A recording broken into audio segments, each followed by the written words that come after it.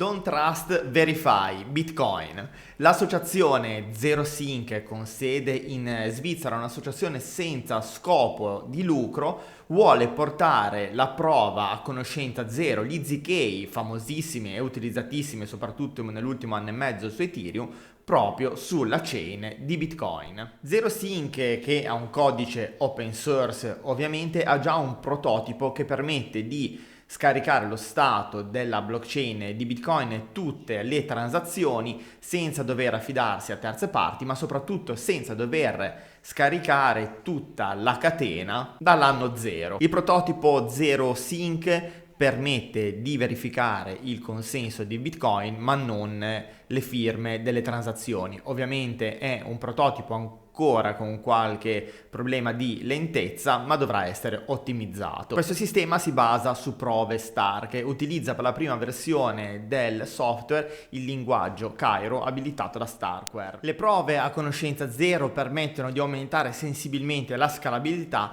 e anche sicurezza ed eventualmente la privacy sulla blockchain.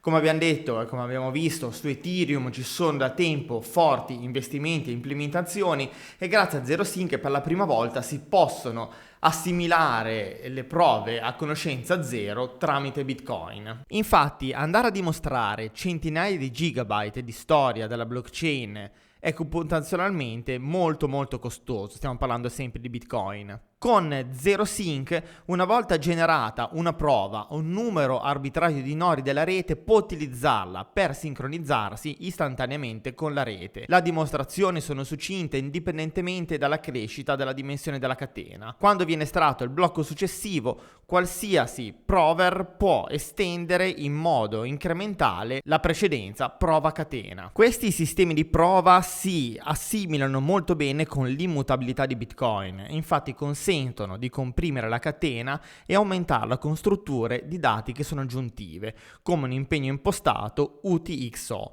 senza richiedere alcuna modifica del consenso. I sistemi ZKP offrono una grande flessibilità oltre al rigido strato di base di Bitcoin e introducono una gamma di nuove applicazioni per l'esplorazione della catena di Bitcoin. Inoltre ZeroSync ha ideato un toolkit pronto per gli sviluppatori che hanno una minima conoscenza di programmazione che permette di andare a integrare gli ZK sopra Bitcoin. Sulla blockchain di Bitcoin in effetti sono sempre esistiti light client oppure semplici nodi di verifica dei pagamenti, già menzionati da Satoshi Nakamoto addirittura nel white paper. Sono fondamentali per i piccoli dispositivi come ad esempio i telefoni cellulari che non possono scaricare l'intera blockchain.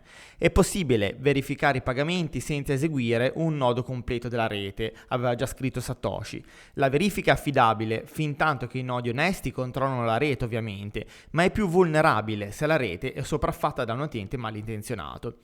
ZeroSync fa un ulteriore passo avanti verificando le transazioni tramite prove crittografiche piuttosto che fidarsi semplicemente dei nodi onesti come suggerito da Satoshi. Quindi dopo questa notizia bomba non ci resta che aspettare l'implementazione completa di questo ZeroSync e di tutti i possibili sviluppi che si potranno avere su Bitcoin senza andare a intaccare il codice sorgente e la blockchain stessa.